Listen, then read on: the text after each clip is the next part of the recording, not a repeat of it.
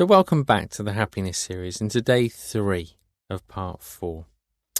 Now, as I mentioned yesterday, there are several different qualities, or a number of qualities actually, that help to support the development of equanimity and that traditionally are used in the teaching of meditation or the teaching of equanimity within the context, the framework of meditation.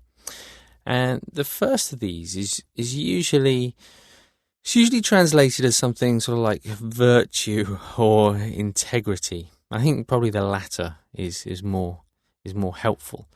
So the sense of integrity, of being very honest with oneself, honest with those around us, to have a sense of trust, of sort of loyalty, if you like, all the qualities that you would associate with possessing a sense of integrity.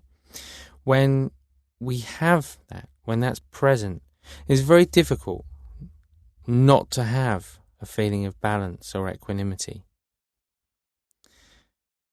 If you think about it, on the days when you sit down to meditate and perhaps you've said something you shouldn't, or perhaps you wish you sort of hadn't said something that you did, very difficult to sit there and have a sense of calm in the mind. The mind's normally racing off. And of course, the more of this stuff that exists in our life, then the more difficult it is to maintain that sense of calm and clarity and equanimity of mind. So the thing we're going to focus on today is that idea of integrity as an essential aspect for supporting the development of equanimity. But for now, just take a moment or two just to set yourself up. Make sure you're comfortable. And when you're ready, beginning with some deep breaths.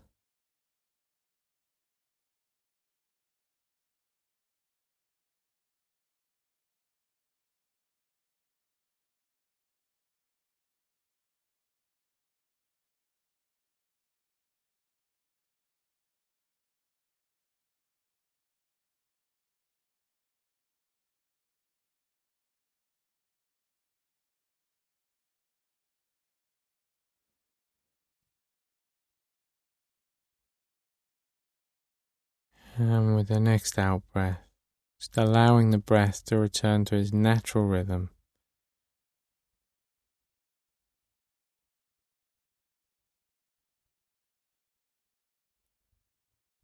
As you close your eyes and just settle in to the surroundings.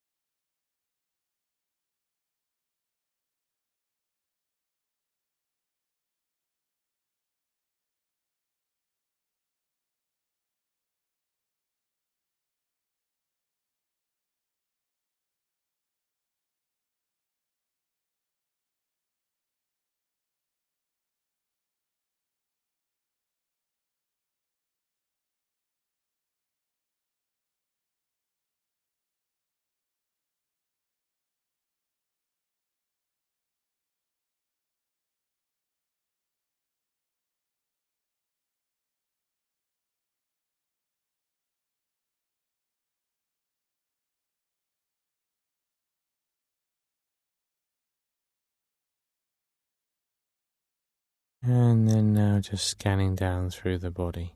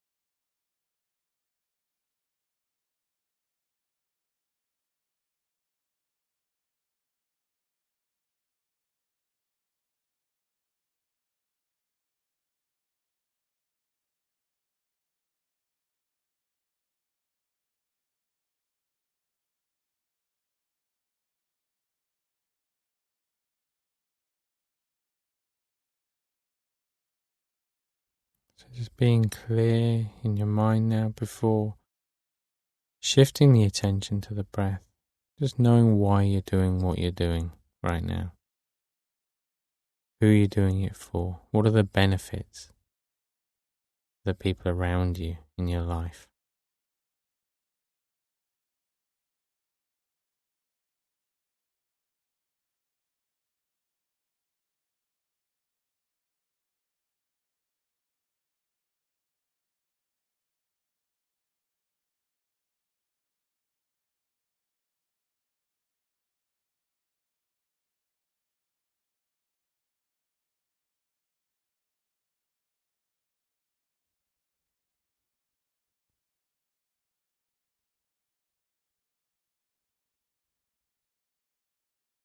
And now just shifting the attention to the breath without changing the breath in any way, just resting the attention on that rising and falling sensation. And just staying with that now for the next couple of minutes.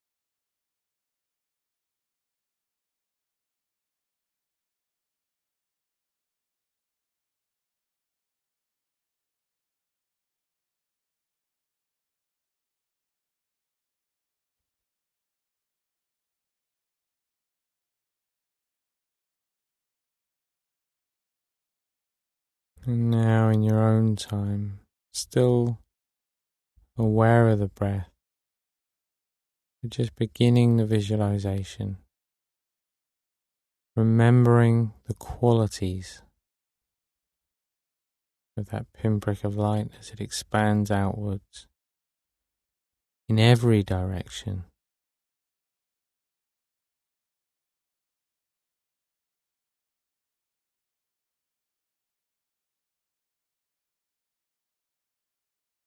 Bringing with it a sense of balance and a sense of acceptance for that entire space around you.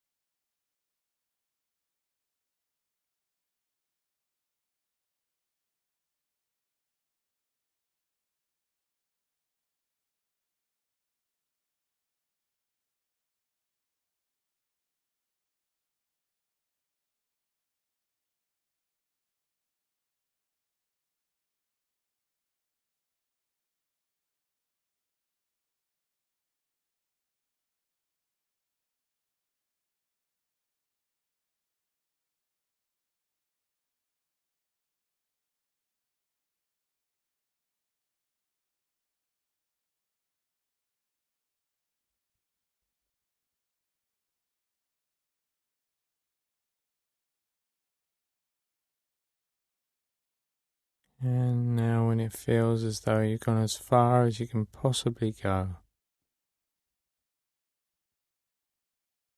just letting go of the visualization, letting go of any focus, and just letting the mind be completely free.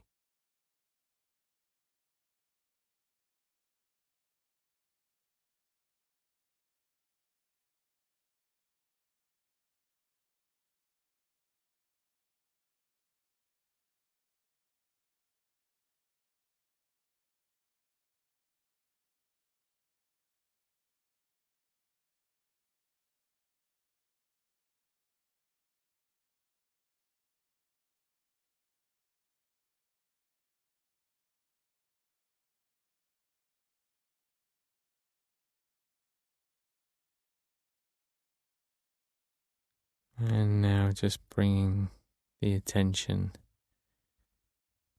back to the body again. Just reawakening the physical senses, starting to notice the sounds, the sensations.